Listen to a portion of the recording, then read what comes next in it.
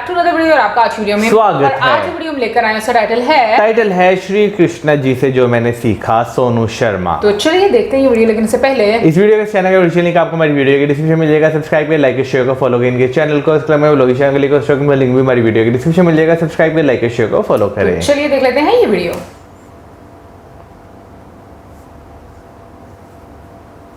साथियों, दुनिया में जितनी भी ज्ञान की बातें हुई, कहीं तो किसी आश्रम में हुई कि चलो संत समाज बैठा है तो चलो ज्ञान के कुछ उपदेश हो जाए, शांति का माहौल है चलो कुछ सीखने सिखाने की बात हो जाए, या कहीं किसी नदी किनारे शांत वातावरण में कोई महात्मा अपने अनुयायियों को प्रवचन दे रहे हैं, किसी होटल के बैंकेट हॉल में एसी चल रहा है, कोई स्पीकर मोटिवेशनल लेक्चर दे रहे हैं। लेकिन श्रीमद् भागवत गीता की अनोखी बात देखिए, जहां लोग युद्ध करने के लिए गए, लड़ाई लड़ने गए हों, जहां अनगिनत हाथी चिंगाड़ रहे हों, जहां हर जगह घोड़ों के पैरों की टाप की आवाजें आ रही हों, जहां नंगी तलवारें चमक रही हों, एक दूजे को मरने मारने की बातें हो रही हों, उन सबके बीच अचानक कैसी बात हो गई और क्या जगह चुनी कृष्ण ने गीता ज्ञान देने के लिए। साथियों, आज से करीब 5000 साल पहले दुनिया का पहला मोटिवेशनल लेक्चर दिया गया। 18 अध्याय 700 श्लोक में भगवान कृष्ण ने सृष्टि का संपूर्ण ज्ञान अर्जुन को दे दिया। श्रीमद् भगवत गीता को लाने के लिए कोई निमित्त तो बनना था, इसलिए मुझे लगता है कि अर्जुन को चुना गया। जब अर्जुन विषादग्रस्त होता है, देखो कितनी अजीब बात है कि कोई जीव भगवान के सामने डाउट में आ जाए तो ये बड़ी हैरान करने वाली बात होगी। भगवान सामने हो और जीव विषादग्रस्त हो जाए तो इससे भगवान की भगवत्ता कुछ कम मालूम पड़ती है। मेरा तो ये मानना है कि भगवान ने ही प्रेरणा करके उसे कहा होगा कि तू डाउट में आ जा, तू अगर रोएगा नहीं, उदास नहीं होगा तो मैं गीता कहूंगा कैसे। इसलिए भगवान ने उसे विषाद दिया और भगवान ने उसे प्रसाद भी दिया। साथियों, भगवान ने गीता इस संसार को देनी थी तो अर्जुन को निमित्त बनाया गया। आज के इस वीडियो में मैं आपको बताऊंगा कि ऐसी कौन सी 5 बातें हैं जो श्रीमद् भागवत गीता से आप सीख सकते हैं और अपनी जिंदगी में उतार सकते हैं। छोटा था तब से गीता का पाठ कर रहा हूं और कुछ 5 बातों ने मेरी जिंदगी में बेहतरीन प्रभाव डाला, आज आपको बताना चाहता हूं। सबसे पहले अर्जुन भगवान कृष्ण से पूछते हैं, महाराज आप कहां विराजते हैं, रहते कहां हैं आप प्रभु। भगवान तुरंत कह सकते थे, मैं नाथक द्वार में रहता हूं क्योंकि 56 भोग लगते हैं। भगवान कह सकते थे, द्वारका जी में हूं, हरिद्वार में हूं, ऋषिकेश में हूं, बद्री केदार में हूं, तिरुपति में हूं, रामेश्वरम में हूं, साक्षी गोपाल में हूं, जगन्नाथ में हूं, गुवाहाटी की काली माता के पास में हूं। लेकिन भगवान ये उत्तर नहीं देते। सब जगह होने पर भी ये उत्तर भगवान ने अर्जुन को नहीं दिया। सीखने की बात है। आप सोचिए, मनुष्य की महिमा भगवान ने कितनी बढ़ाई। उन्होंने अर्जुन से कहा, ईश्वर सर्वभूतानां हृदय अर्जुन तिष्ठति, मैं संसार के प्रत्येक प्राणी के हृदय में विराजमान। और जब कभी ईश्वर हृदय में दिखाई पड़ने लगता है तब इंसान अपने जीवन की सभी लड़ाइयां जीत जाता है। जिस दिन इंसान को यह एहसास हो जाए कि वो मेरा ही अंश है, वो कभी भी खुद को छोटा नहीं समझेगा और जिंदगी में बड़ी से बड़ी चुनौतियों से हंसते हंसते टकरा जाएगा। लेकिन हम सब लोग बड़े अजीब हैं। पेड़ पर धागा बांधकर विश्वास कर लेंगे कि कुछ अच्छा हो जाएगा, लेकिन खुद पर विश्वास नहीं करेंगे। मेरी बात याद रखें, आप दुनिया में फॉलो करने नहीं, लीड करने आए हैं। साथियों, हम भगवान के बारे में रोज बात करते हैं, रोज विचार करते हैं और हमारी महिमा जो स्वयं भगवान ने बढ़ाई उसके बारे में नहीं सोचते। आज से अपनी महिमा के संबंध में विचार करें और जीवन में जीत हासिल करें। महाभारत में भगवान कृष्ण ने सिर्फ अर्जुन का ही विषाद खत्म नहीं किया, कर्ण को भी बहुत बड़ी सीख। महाभारत में कर्ण भी भगवान कृष्ण को अपनी व्यथा सुना रहे हैं कि मेरी माँ ने मुझे जन्म देते ही त्याग दिया, आचार्य द्रोण ने मुझे शिक्षा देने से मना कर दिया क्योंकि उनकी नज़र में मैं क्षत्रिय नहीं था, द्रौपदी के स्वयंवर में मुझे अपमानित किया गया कि मैं राज परिवार का हिस्सा नहीं हूँ, मुझे पूरे जीवन अपमान का घूंट पीना पड़ा। कर्ण पूछते हैं, केशव मेरा क्या अपराध है। भगवान कृष्ण जो कर्ण को जवाब देते हैं, मुझे ऐसा लगता है कि ये जवाब 1000 करोड़ टीचिंग के बराबर है। ये जवाब सीखने के बाद आदमी के पास हर सवाल का जवाब मिल जाएगा। जी हाँ, कृष्ण मुस्कुराते हैं और जवाब देते हैं, हे सूर्यपुत्र, मेरा तो जन्म ही कारागार में हुआ। मेरे पैदा होते ही मृत्यु मेरी प्रतीक्षा कर रही थी।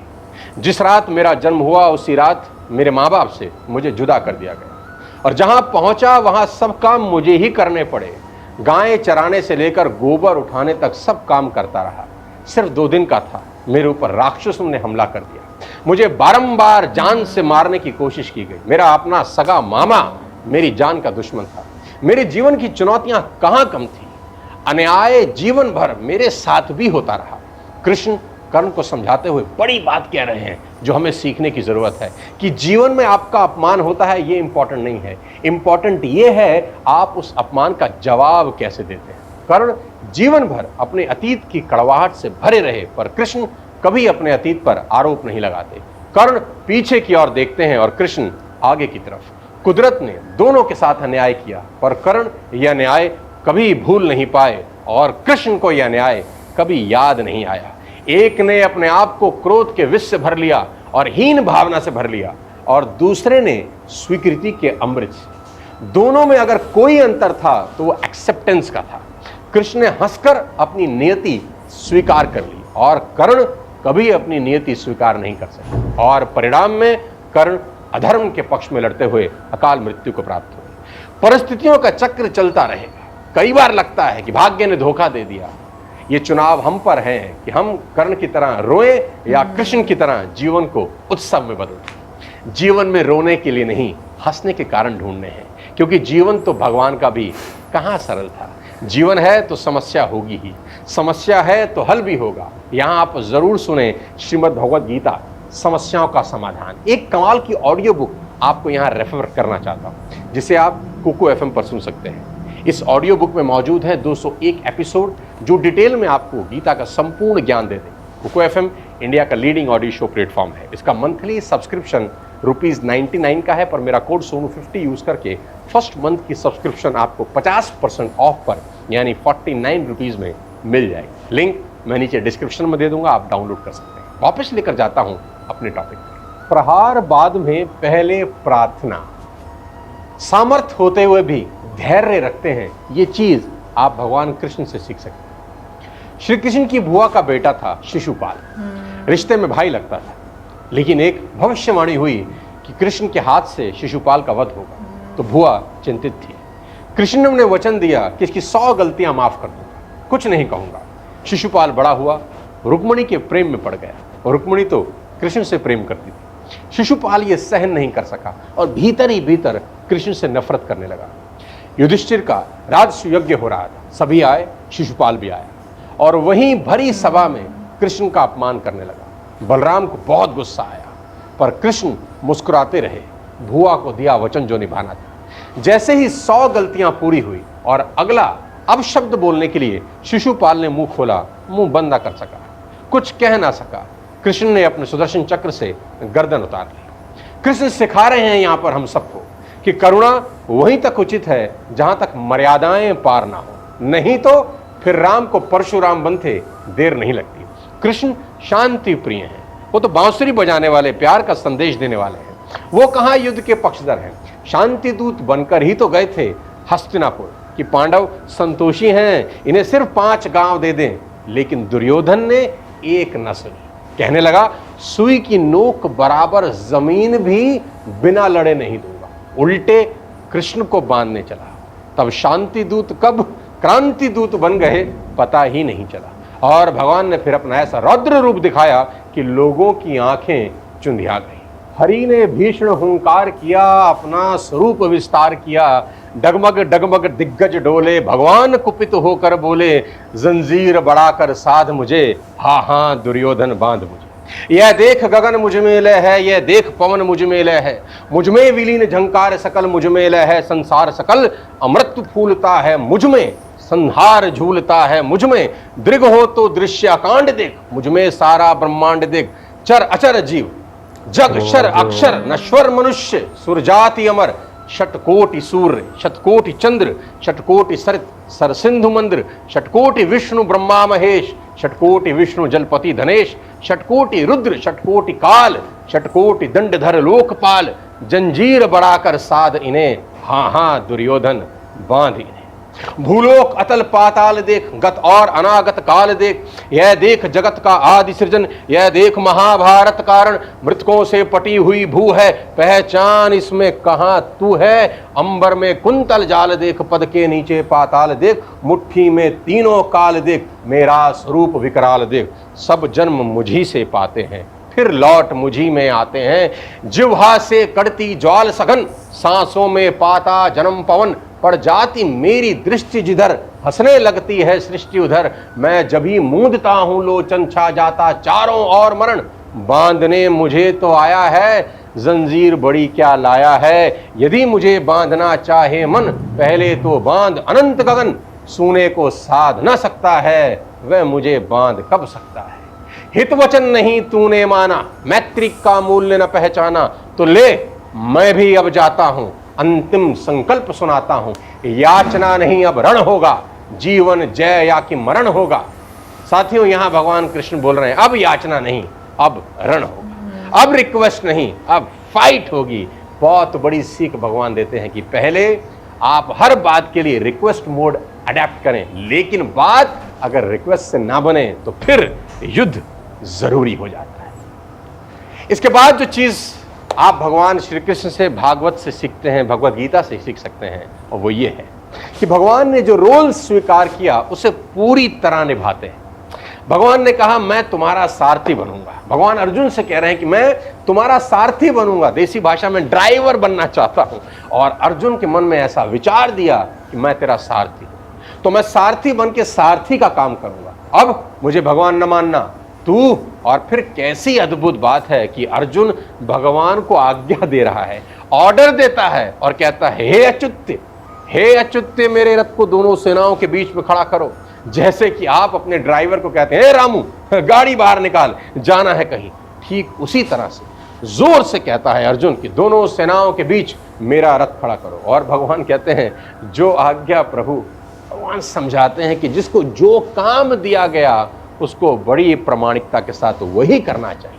कोई काम ना तो छोटा है ना बड़ा है। यहाँ भगवान श्री कृष्ण अपनी भगवत्ता को भूल जाते हैं, अपने ऐश्वर्य को भुला, अपनी महिमा को भुला देते हैं, अपने अनुयायियों को भुला देते हैं, अपनी पूजाओं को भूल जाते हैं, सारथी बन जाते हैं, ड्राइवर बन जाते हैं कि चल तूने आज्ञा दी है, अब जैसा तू कहेगा मैं वैसा कहूंगा। और ऐसा भी मैंने पढ़ा है कि बहुत भीड़ है, बहुत शोर शराबा है, अर्जुन की बात कृष्ण सुन नहीं पा रहे, तो भगवान कृष्ण अर्जुन को कहते हैं कि अगर रथ दाहिने चाहता है कि मैं दाहिने घुमाऊं तो मेरे दाहिने कंधे पर जोर से पैर मारियो, मैं दाहिने मोड़ लूंगा। बाएं ने चाहता है कि मैं रथ बाएं घुमाऊं तो मेरे बाएं कंधे पे जोर से पैर मारियो, और तेज चाहता है तो बीच में पैर मारियो मेरी पीठ पे।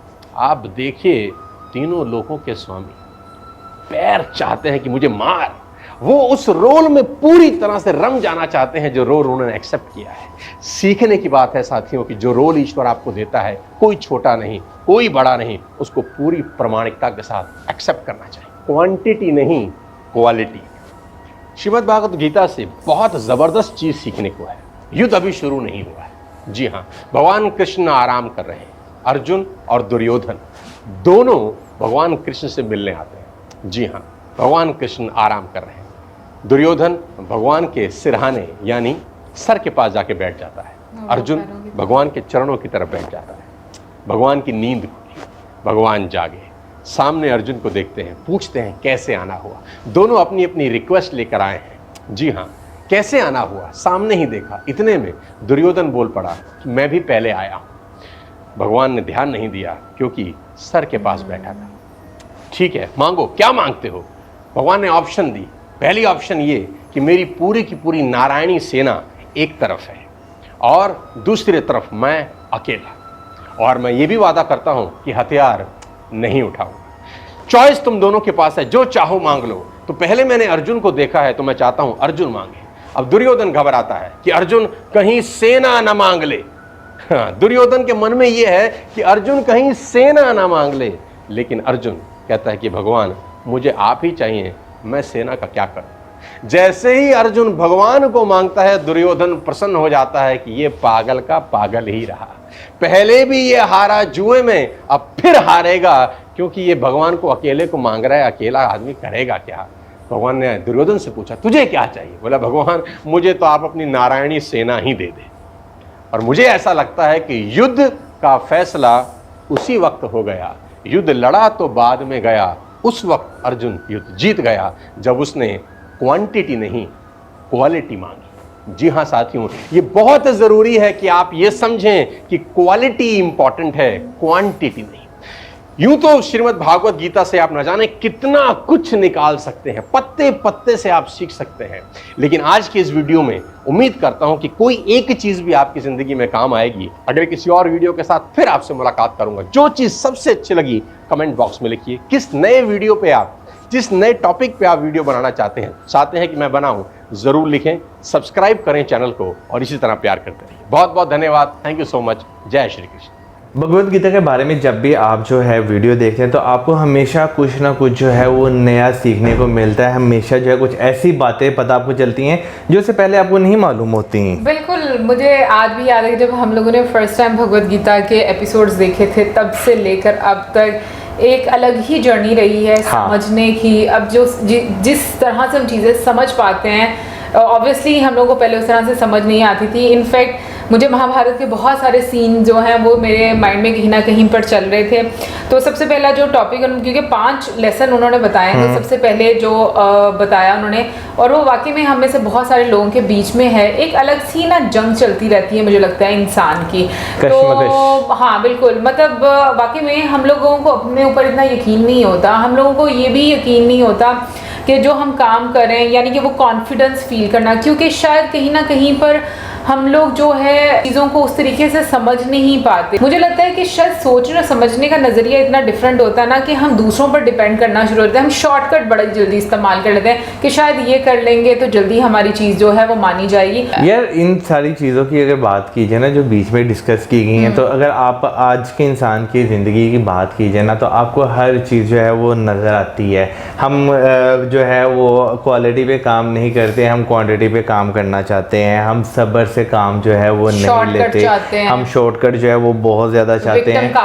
हम उतावले जो है किसी चीज़ को लेकर जो है बहुत ज़्यादा हो जाते हैं। जैसे फॉर एग्जांपल, मैं छोटी सी एग्जांपल दूंगा, किसी ने एक दुकान खोल ली है तो उसकी दुकान नहीं चल रही है, यानी अगले दिन नहीं उससे ज़हन में ये ख्याल आना शुरू हो गए हैं, भाई हम ये नहीं देखते हमने टाइम कितना दिया, हमने अपने आप को उस पर इन्वेस्ट कितना किया है, हम उसके लिए अपने आप को कितना डाउन कर रहे हैं। हमने कभी ये चीज़ें जो है वो नहीं देखी। हम कहते बस भाई आज काम किया है, अगले दिन ही वो हो जाए। फिर बीच में जो क्वालिटी की बात है, तो लिटरली ऐसे होता है। लोगों को मैंने देखा है भाई क्वांटिटी पे वो बहुत ज़्यादा फोकस करते हैं कि भाई अगर कोई भी चीज़ हम कर रहे हैं, ठीक है ना, हम उसकी क्वांटिटी ज़्यादा प्रोड्यूस कर सके, क्वालिटी जो है वो बेशक कहीं पे साइड पे हो जाए। हालांकि अगर आज की दुनिया में अप्लाई करके देखें ना इस चीज़ को, अगर गाड़ियों की अगर बात की जाए, जो बहुत बड़े बड़े ब्रांड्स हैं गाड़ियों के, अगर उन्हें देखा जाए तो वो एक क्वालिटी देते हैं, वो एक जो है आपको वो बताते हैं कि भाई ये चीज़ अच्छी है, वो क्वांटिटी पे फोकस नहीं करते। तो अगर देखा जाए तो ये जो वीडियो है जिसमें हमने भगवत गीता के बारे में पढ़ा है, सभी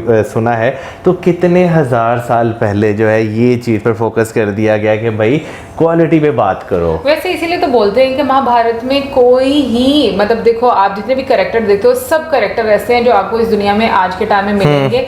इनफैक्ट मैं ये बात ज़रूर बोलूँगी कि जैसे लास्ट में क्वालिटी और क्वांटिटी की बात की ना, तो एक चीज़ मैं और ये बात बोलूँगी कि हम लोग ना ज़ाहरी चीज़ों पर बड़ा फोकस करते हैं कि जो हमें नज़र आ रहा होता है ना, वो हम उस पर ज़्यादा ध्यान देंगे, और जो चीज़ हमारे फ़ायदे में होगी, चाहे वो कह लो कि उसको थोड़ा टाइम लगेगा, लेकिन हमारा उस पर फोकस थोड़ा कम जाता है। हम दूसरे लोगों को देख कर कहेंगे, जैसे क्वांटिटी और क्वालिटी वाली बात है कि हम भी ऐसे करते हैं, उसी को कॉपी करते रहना। तो मुझे लगता है कि ये चीज़ें जो है बहुत ज़्यादा मैटर करती हैं कि हम लोग सीखें।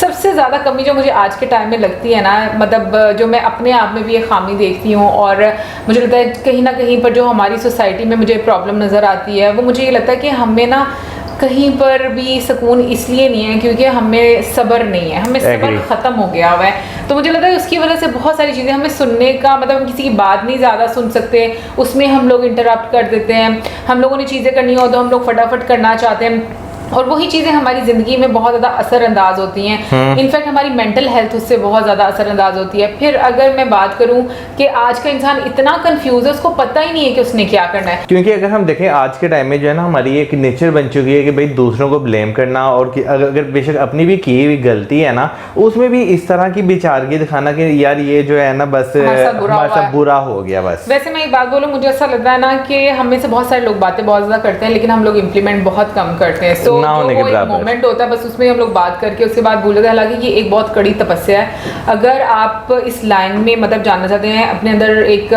धीरज लेकर आना चाहते हैं, आप अपनी लाइफ में बैलेंस लेकर आना चाहते हैं, उसके लिए आपको डेफिनेटली प्रैक्टिस करनी पड़ेगी।